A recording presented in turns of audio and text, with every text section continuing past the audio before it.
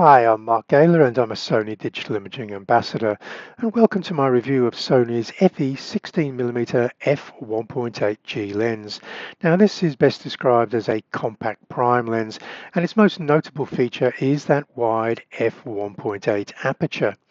Now we're looking at a lens that has maximum performance for the minimum amount of size. Now we already have some excellent zoom lenses with that 16mm focal length, but this is Sony's first 16mm f1.8 lens that we're seeing here. And of course it's going to be smaller, lighter, faster. Now it is a wide angle prime and there isn't a lot of competition with the same specifications out there. We do have a Viltrox 16mm f1.8, which is its closest competitor. And that's even across other manufacturer systems such as Nikon and Canon. So let's take a closer look at that Viltrox 16mm f1.8, as this lens is only real competitor there. It is coming in at 550 grams, which is making it heavier than Sony's 1635 G Master 2 lens. So that is quite a lot of weight for a prime to be carrying. In fact, it's 80% heavier than Sony's 16mm f1.8 lens. And if we take a look at them side by side, you're in no doubt about which one is the true compact f1.8 lens amongst this pair of lenses here. Again, side by side specifications, and we can see again that Sony is really coming in a small lightweight form factor there. Now, some of the other lenses out there that you might be considering is maybe the Nissi 15mm Sunstar, but that's a manual focus lens only. We've mentioned the Viltrox 16mm f1.8. There's also a Sigma 17mm f4. It is an autofocus lens, but it does have a maximum aperture of f4, which will dissuade some people. There is a Samyang f2.8 lens, which is light and compact, but it doesn't have weather sealing. There's also an aging Zeiss Batis 18mm f2.8. It's a little bit larger, a little bit heavier, and it's a little bit more expensive than the new offering from Sony. Because of the limited choice out there in this category, I've even used Sony's 11mm APS-C lens, which has a 16.5mm full frame equivalent when used on an APS-C body or in APS-C mode on a full frame camera. Let's take a look at some of the competition. There is the excellent 14mm f1.8 G Master out there. It's a little bit larger, a little bit heavier, and it does have a fixed lens hood there. This causes a little bit of a problem in that you can't put screw-on or quick swap magnetic filters on the front of this. You will need a filter cage, and that is because of that very large bulbous front element that you see here. Excellent design, extreme aspherical lens, but you would require a filter cage to go with that. So again, taking a look at the competition, we've got that Samyang. It is smaller and lighter than Sony's offering, but not weather sealed, and it's got a maximum aperture of 2.8. There's the Sigma, which again is smaller and lighter, but again an f4 aperture and 17mm, not 16mm. We've got that aging Zeiss Batis, which is a little bit larger, a little bit heavier, and not that cheap. Also takes the larger 77mm filters instead of the 67mm filter size. Now there is a zoom alternative. It's the 1625 G. That's an excellent lens. Again, it's going to be larger and heavier. And so for somebody looking for the lightest possible lens at 16mm, that prime is still going to be the lens of choice. So I think this new lens from Sony is filling a gaping chasm in the full frame lens market there. As I said, the 20mm f1.8 G is not quite wide enough for some photographers, and I'll talk more about that later. The Zeiss Batis is not quite small enough, the Samyang is not weather sealed, the Sigma doesn't have a very particularly wide aperture, and that 14mm f1.8 G Master is a little bit of a problem with the filters. Optical performance of this new 16mm f1.8, no surprises here. This is an image captured at the maximum f1.8 aperture, and if we zoom in on that central portion, you can see it's pin sharp. If we go out towards one of the edges again and then zoom into 100% magnification, again it's really tack sharp. Remember, this is at the maximum f1.8 aperture. If we move right down into a corner, remember the depth of field is probably not sufficient to render the information on the pavement or sidewalk in crisp detail, but you can see the information on the wall is perfectly sharp and adequate for an f1.8 maximum aperture there. By the time we stop down a 16mm focal length to f4, pretty much everything in your field of view is going to be sharp. Now we could go into the deep corners and notice that it's not critically sharp, but at that fit in view size, it is going to be sharp enough for 99% of photographers. By the time we stop down to f11, focus doesn't really become an issue because pretty much everything in your scene is going to be in sharp focus. When I'm using apertures such as f11, I might use the hyperfocal distance of 2 meters in order to render everything sharp. So rather than wondering about what focus on, I just simply set the focus in manual focus mode to 2 meters, knowing that everything from the near distance to the distance will be in sharp focus. Let's take a look at this interior shot now. We're shooting into the light, coming through those windows there, getting a nice sunburst effect. So this is one of the reasons I've stopped down to f16. Certainly didn't need additional depth of field in this instance, but I did want those excellent sun stars that I've got there.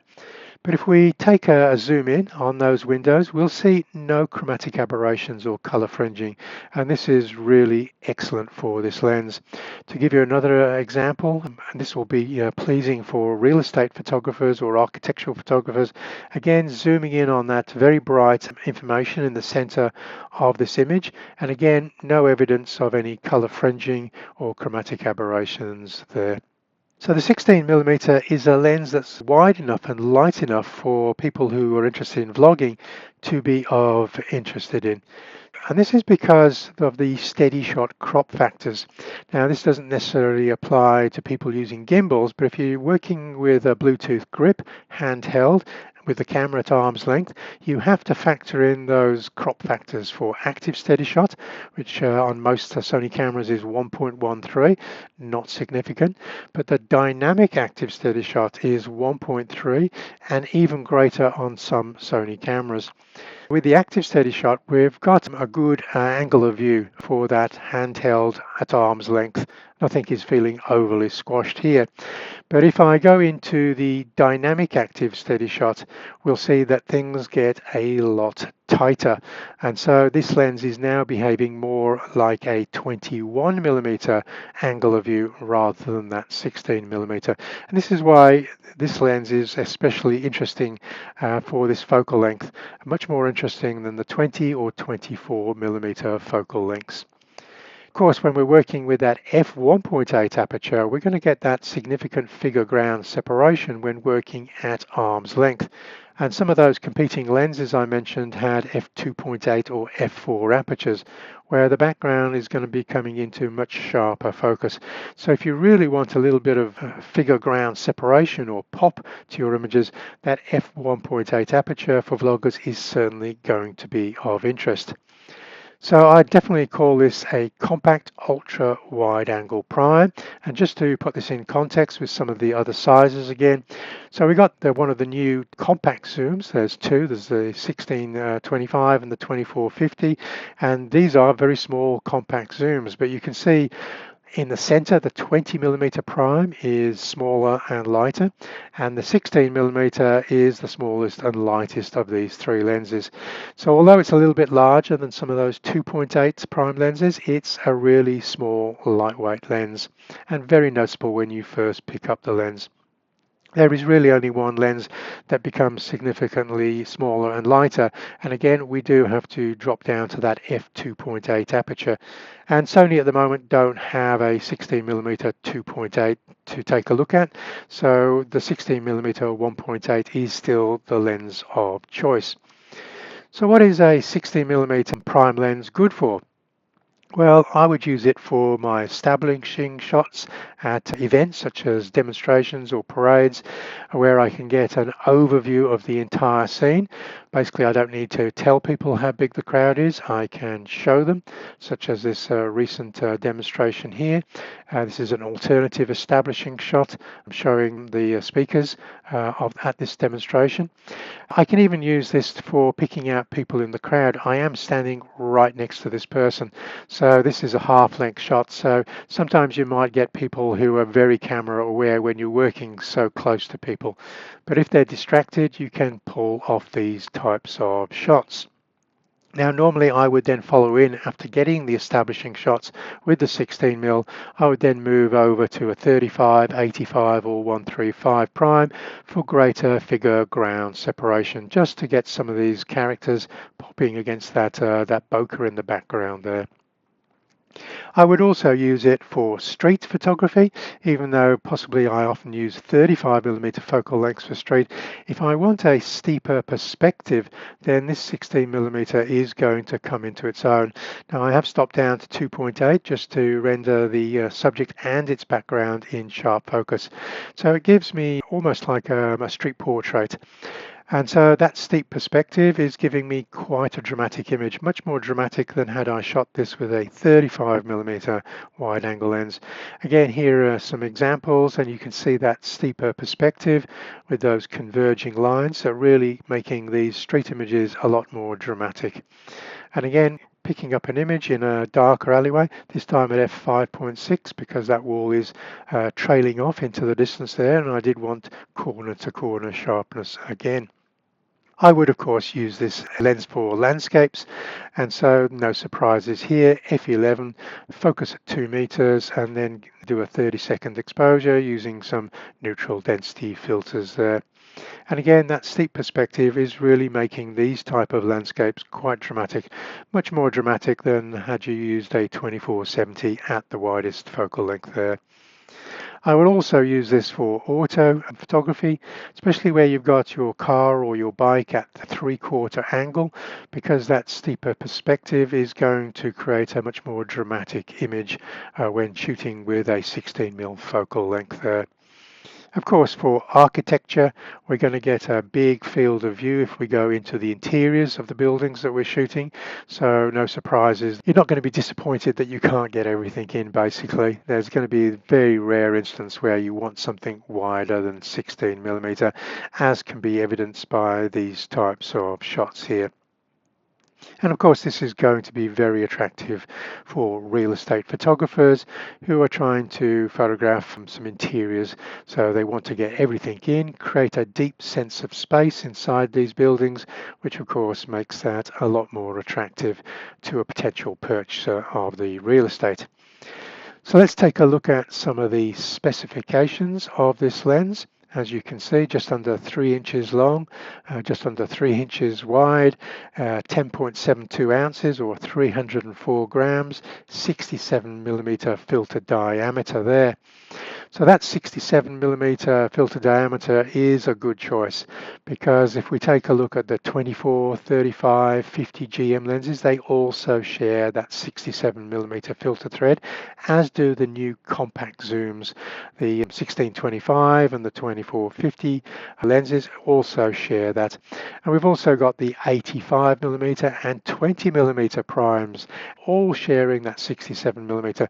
So if, like me, you're using quick swap magnetic filter systems, then this is going to be a very attractive filter diameter for you.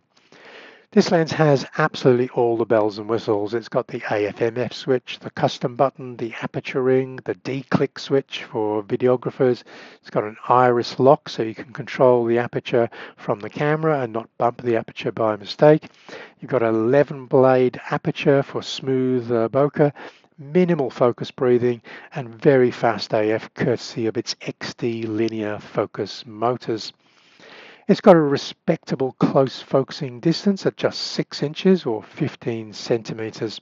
And that is really quite close and probably class leading, even though this lens doesn't have a lot of competition. The other lenses I've mentioned previously don't have a close focusing distance that can match this particular lens. So the magnification ratio changes slightly from 2.5 to 3 times, depending on whether you're using autofocus or manual focus. You can get a slightly better magnification ratio by using manual focus. So that is a better magnification ratio than the 20mm F1.8 G, the 1635 power zoom, the 1625 2.8 G compact zoom, and that Viltrox lens, which doesn't have a really good close focusing distance at all. This would be a great lens to supplement maybe one of the compact zooms that I've mentioned, such as the 2450, and maybe if you want something a little bit of a longer focal length, an 85mm f1.8 prime. So three quite affordable and high performing lenses showcased here. So let's finish up with a gallery of images. You probably already realized that we're going to create a sense of depth using this 16mm lens. So what I've done is I've showcasing this throughout this gallery, showing you that sense of depth we're going to get just by getting up close with some of the foreground information and then allowing the lens to punch through its focus right into the distance there. And again, the critical focus isn't really an issue if you have the opportunity to stop down to f11. If I was handheld in low light environments, I might be able to pull most of the focus just using f4 apertures. But most of these shots were shot at that f11 aperture. And again, trying to get some foreground to some distance information just for some receding lines punching through from the foreground into that distance there. So these really do showcase what a sense of depth we can create using these 16mm focal length lenses. So hopefully you're getting a good idea that this lens is a cracking lens and is probably a long overdue lens that a lot of people have been waiting for.